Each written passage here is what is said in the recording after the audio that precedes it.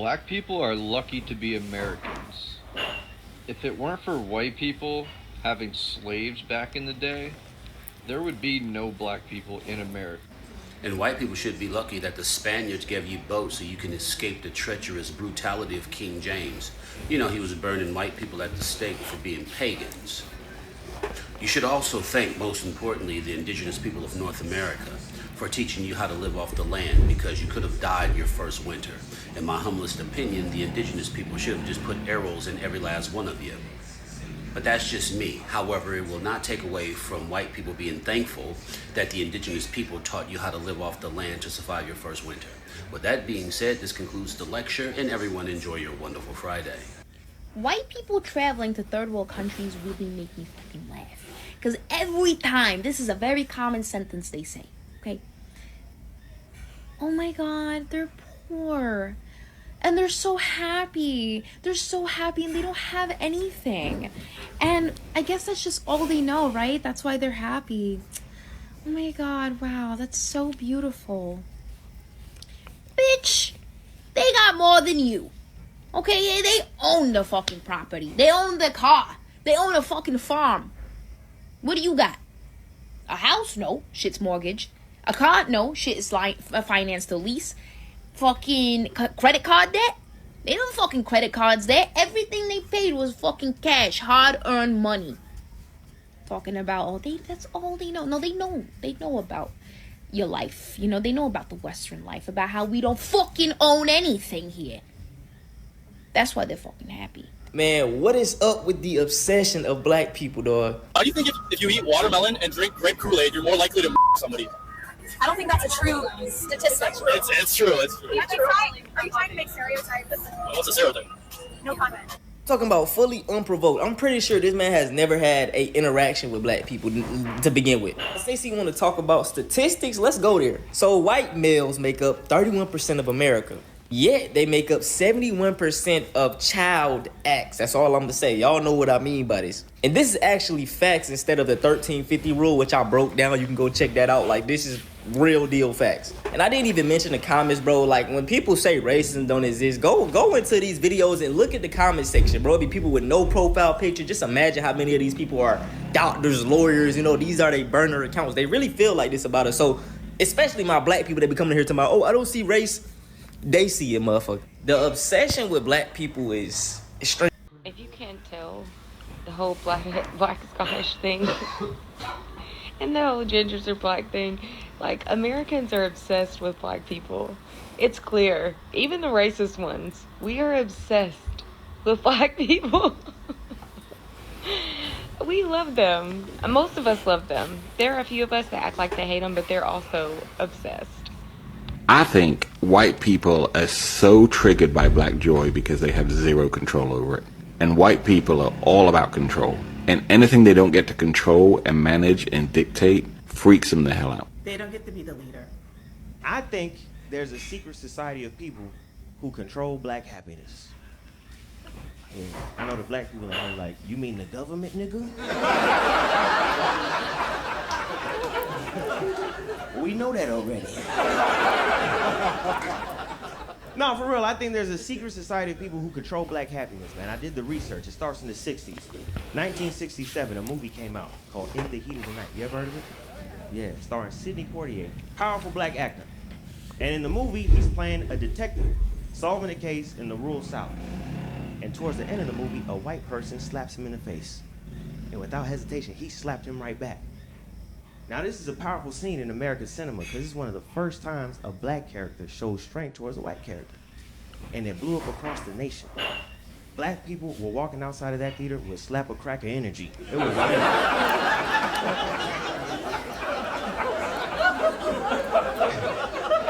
I slap a cracker right now. That was 1967. 1968, MLK got assassinated. I think those two things are connected.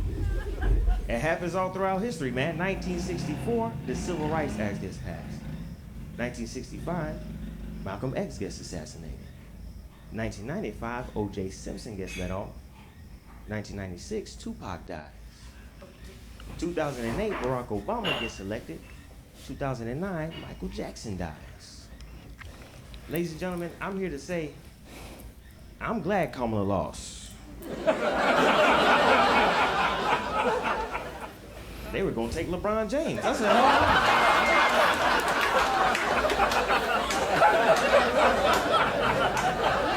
on. Slow down. My friend was like, you see, we got a new president? I'm like, yeah, but we still got the same king, motherfucker. LeBron is safe. To my black brothers and sisters out there that are the ones that are posting all this, oh, we just gonna mind our business. And I saw somebody earlier making t-shirts of like a group of like 6 black people, black men and women sitting on a bench texting on phones while the country is burning up behind them. Let me explain something to you guys. Let me explain something to you. When they get done with the brown people, they'll be coming after you. And if you don't think that's true, you got another motherfucking thing coming. This is bigger than you, okay? Because let me explain another thing to you. You sit back and watch millions of brown people be kidnapped and removed from this country. When they do come after you, there's gonna be nobody left to stand up for you. And when they're coming after you, how are you gonna feel when people are sitting on the sideline like, oh, we just gonna mind our business? Fuck all this other dumb shit. Man, no. It's not the time for that. Power to the people. It's time to come together. Black people want to be left alone. They don't want revenge.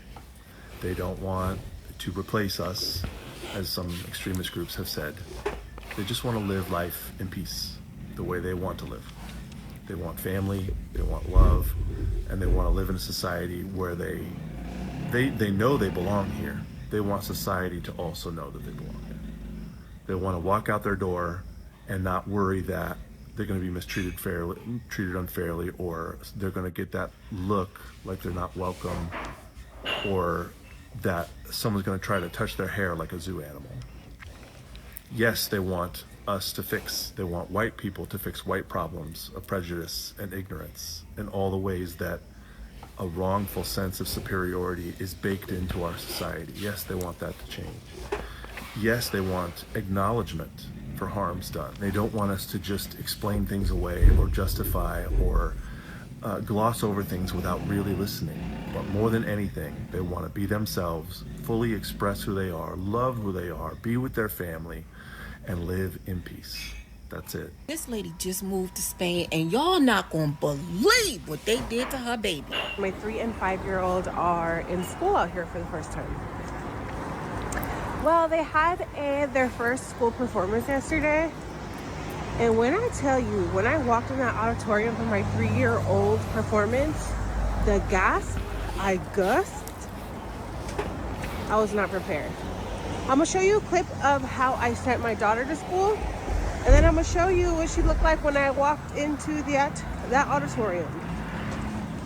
Okay, take a picture. Say cheese.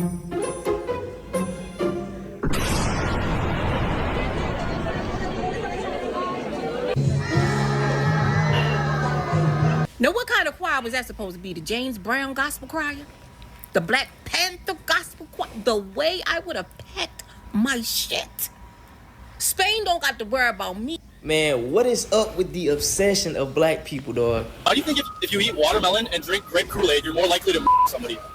I don't think that's a true statistic. It's true. It's true. Are you trying to make stereotypes? What's a stereotype? No comment. Talking about fully unprovoked. I'm pretty sure this man has never had a interaction with black people to begin with. Stacey want to talk about statistics. Let's go there. So white males make up 31% of America. Yet they make up 71% of child acts. That's all I'm gonna say. Y'all know what I mean by this. And this is actually facts instead of the 1350 rule, which I broke down. You can go check that out. Like, this is real deal facts. And I didn't even mention the comments, bro. Like, when people say racism don't exist, go into these videos and look at the comment section, bro. It'll be people with no profile picture. Just imagine how many of these people are doctors, lawyers. You know, these are their burner accounts. They really feel like this about us. So, especially my black people that be coming here talking about, oh, I don't see race. They see it, motherfucker. The obsession with black people is extreme. People think that they're the only ones being oppressed because it seems to me that y'all forgot how you treated us during COVID time, how you treated our grand. Hey, so this is gonna be pretty hard to hear, but that was white people, not black people. I would never understand Asian people that pander to white people by hating on black people. She goes on to list a number of different time periods where Asian people were being mistreated and say that it was black people, but it was really white people. It was white people setting y'all on fire during COVID. It was the white president that called it the Chinese flu. I'm sorry, the Chinese virus.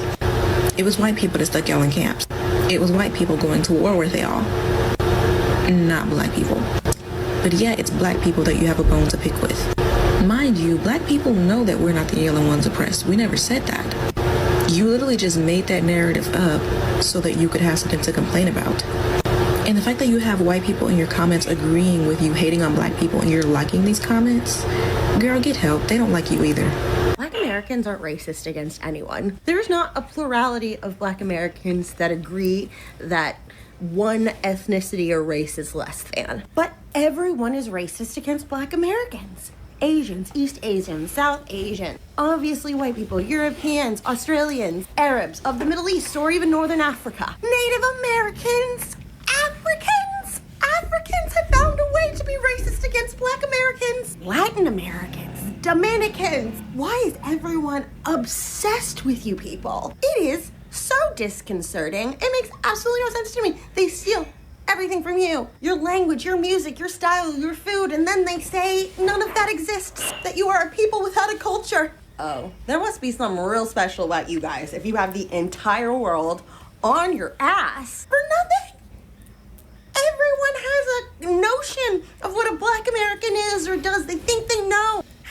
Most of these people haven't even met a Black American person in their life. As an Ethiopian American, I've had to work to untangle my identity as an Ethiopian from the real life lived experiences and heritage of foundational Black Americans, because there is a difference. And the more I untangle, the more I just realize how preoccupied the globe is with Black American people. Not me. I'm an Ethiopian American. I'm talking about the descendants of freedmen, the foundational Black Americans, the Solani people, whatever you want to call them. They understand that they cannot operate well unless they take what's yours. You know what I mean by that? You guys are the rightful heirs. You guys are the rightful heirs to the world. So if you claim what's yours, they are no longer the head, they have to be the tail. All right? That is why there's a prophecy about this. Notice how a lot of us always want to say, yo, just leave us alone. Like, y'all go do your own thing. They can't do their own thing because they have nothing to harvest the energy from. You know, they can't do their own thing. They can't even, they have to keep you down, right? Feed off of that. That's what makes them their own thing. Why do you think all these inventions that we made, all this stuff that we came up with, even our Black Wall Street and all this creativity, they shut it down because they know that once we become the head, we don't need them, okay? We don't need them. All we need is the Most High. That's why we say leave us alone, and we want to be left alone because we are the set apart people. Set apart people just means the holy people, right? And then there's people who get engrafted in that say, you know what? They are the true chosen people, so they get a barakah blessing from that too. Do you know what I'm saying? So that is why a lot of our people are so annoyed with this obsession that a lot of these other descendants of people have on us. Do you know what I'm saying? They didn't have the rightful heir. It's not to say that because there's a lot of other, if you read the biblical terms, right, you can see a lot of Ishmaelites, a lot of other people, even Egyptian people, they had a certain blessing too, okay? They had their own blessings from the Most High, from Abraham and all that stuff, right? But when it comes to Yashrael, okay, the world is destroying itself because Yashrael people, okay, have decided to not feed into the nonsense anymore. It's almost like a Truman Show, okay? Like the Truman Show where they get paid to basically see what you do and your creativity, and your job is to escape that type of reality, okay? So lately I've been seeing a lot of these videos saying like, oh, when a 6'5" dreadhead named Tyrone just slumped my buddy, whatever, then my 40 jammed. Pretty much saying that no matter what, he's not going to be scared of a black person and he's not going to back down. Understand. Black people don't want you to be scared of us, and I hear this a lot. You have an internalized fear of us. I work in a club, I'm a bouncer. And don't get me wrong, physically, I'm not a small dude. I'm like 240 pounds, extremely muscular. And constantly I hear people say, you think I'm scared of you because you're black. No, you should be scared because I'm about to kick you down a flight of stairs.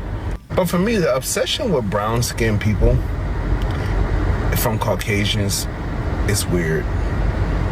Because dark-skinned people don't fantasize about Caucasians or hurting them. We don't. As a collective, we don't. It's never been a thing. That's why in 400 plus years, black folks did not get together and say, hey, let's make a hate group dedicating to hurting Caucasians. But Caucasians have done this multiple times. And for me, it's not just simple hate, it's obsession. I really believe it's obsession. Even during times of slavery, our unique attributes always been in question, including our physical makeup, our color, our strength, our physical abilities, and also how can they obtain and or do the exact same thing that we're doing. This is what a narrative of you're only here to entertain us has been spun so hard, while also copying everything that we do. Hating us while being obsessed with us is wild. Pick a struggle. And people are waking up and realizing that something is missing, something that is necessary, something that is needed. A little bit of almond joy, a little bit of nougat crunch, Hershey's bar, Reese's cup. They're realizing that they need chocolate. So the ones that have distanced themselves from us, they're waking up and realizing, hold on, that we've always been the magic, the black magic, y'all. What the helly? The veil is really lifting, y'all. I miss black people. I know that sounds crazy, but I am from Georgia, and I used to go to HBCU, and the majority of my friends were black, and now I live in a small town in California, and I miss black people. There's not very many here, and I hate it. Like, don't get me wrong, I love my job, I love my friends here, but I miss black people. Don't come for me. I miss the culture, I miss the vibe, I miss the confidence, the jokes, the food. I miss black people. Something's missing in my life, and I've come to the conclusion that where I'm from in Pennsylvania, it's mainly Dominicans and Puerto Ricans and the Spanish community, and bless their souls, are great people. They brought great culture and all that. But they always would mess up my beard. The first thing they would do is they would hack it off. I don't like my beard to be short, and they would always end up making it short on me, no matter what I told them. And it would always be a language barrier, too. And then, because of the way my beard grows, I would try to explain to them that you can't make it even, you have to make it look even because of the way that it grows, and they would never do that. And then today, I decided to give another barber a chance. After years, I came to a black-owned barber shop. And I'm just saying, I think I found a barber. See, this is exactly what we tried to tell y'all for the past 400 years, but nobody didn't want to hear us. You know what I'm saying? What did y'all do? Y'all hid our history, y'all lied to us, y'all manipulated us, did some crazy things to us. For the past 400 years, we tried to tell y'all, we tried to show y'all how to live in harmony with nature, how to live in harmony with us. You know what I'm saying? You don't need to work in order to earn a living in this system. That's not how nature works. But y'all didn't want to listen to us. Then you guys took our spirituality, you turned it to religion, you made it evil so we wouldn't be able to use it and wake up out of this spell that majority of our people are locked in currently. But now the shift has literally hit the fan. Our brothers and our sisters are waking up, and now this is the collapse of this three-dimensional system because we don't want to play this game anymore. This is what actually brings me black joy. So yes, y'all, my brothers and sisters, the shift is here, but I want you to realize everywhere you go, I want you to know that you are someone's almond joy, okay? The shift is here. Everybody's going through it. They see it. They feel it. Let me know what you guys think about this video. Let's continue to get it. Peace in. I'm here to tell you right now, we don't care. We don't care. But to peep how the rest of the diaspora was like, oh, Americans have like main character syndrome. While then America is hyping up people of a whole different country for just existing and being excited about, you know, whatever. And then the rest of the diaspora is like, oh, the Americans are just finding out they're Scottish people, and then makes us, you know, the talk piece, the think piece, the main character that they then said that we think that we are. And then when we go and tell them that you guys make us this main character y'all say that we are, because y'all are always worried about us and y'all are obsessed with us. And then they deny the obsession and then continue to say we think we're the main character, although they're in our business and talking about us and then making us that main character. Anybody else notice that, or was it just me? So white people will never leave black people alone, and I'm gonna tell you why. White society's obsession with black people isn't new, it's centuries old. If you think about slavery, colonialism, and exploitation, from the start, white wealth in America was built off the backs of black bodies. Sugar, cotton, tobacco, rice. This wasn't just economics, it was a system where white people's very identity was shaped around controlling and owning and watching black bodies. But here's the wild contradiction in all of this, right? While trying to dehumanize us, white culture has always been obsessed with us, right? They copied our music, our style, our language, our food, even our rhythm, all while denying us basic rights. Think about jazz and rock and hip hop and fashion, all born out of black genius, only to be taken, watered down, and sold back to the world with a white face on it. So why can't they just stay away? Because in a system that is built both on exploitation and envy, distance is impossible. White supremacy depends on keeping black people in place, close enough to use, control, or imitate, but never free enough to threaten the hierarchy. It's a sick paradox, fear and fascination at the same damn time. On a psychological level, it's projection. White folks will project their guilt, their fear, and their insecurities onto blackness, and then turn around and crave the very life, culture, and resilience they tried to destroy. It's like they want the sauce, but not the struggle. Now, to be real, not every white person acts like this, but the system, the way whiteness has defined itself against blackness, makes it so this obsession keeps resurfacing. Whether it's over policing or culture appropriation or trying to legislate our lives, it always comes back to the old need to dominate mixed with a quiet desire to be what they. I found a perfect video to show you the difference in how white people act in a crisis versus how black people act in a crisis. So this is how white people act when a tornado is coming or they get caught in a tornado. Dropping it down! Windows up! Here we go! Very calm. Very prepared. Drop down! Drop down! Windows up! We're in it! We're in it! We're excited. We're in a tornado! Hold on! Hold on, guys! Hold on! Voice thanks. Here's Papa!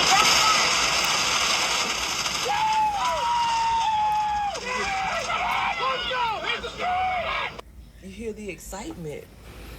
They're excited. They're calm. They're prepared. But this is how black people act. Thank God. Please forgive me, because these people. Funny, not funny, but. Please God. Please God. Please God. Nobody but us. It look like one I'm telling you, bro, it go down right there and start spinning. Yeah.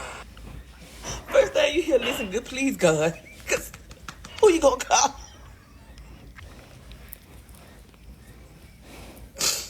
He already talking to the Lord, because he don't even know who else to call. Ain't nobody else to call because his mom in the car with, wait.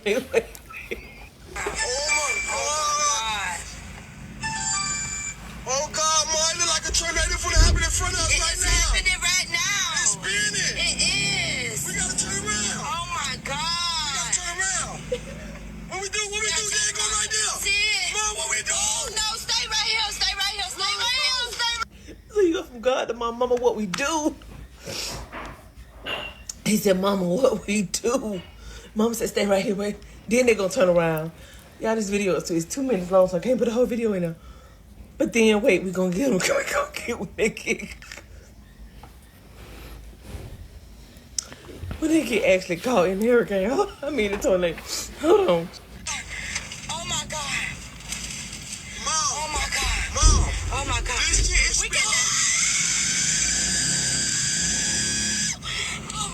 Okay, so they really scared. That part is not funny. They are screaming. They are really afraid. But what he say?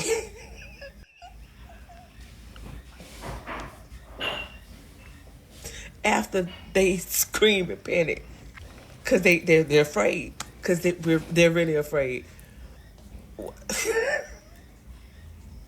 What's this? Oh, I'm suing my job. Oh my God. They got me fucked up. Oh my God. Oh, please, Lord. He said he's suing his job. Baby, we are not good in crisis. Black people are not good in a crisis, okay? And I pray that this family is fine. I pray the video showed that they were fine. I pray that they are fine. And I'm so sorry. But this was funny to me this morning. This is shit.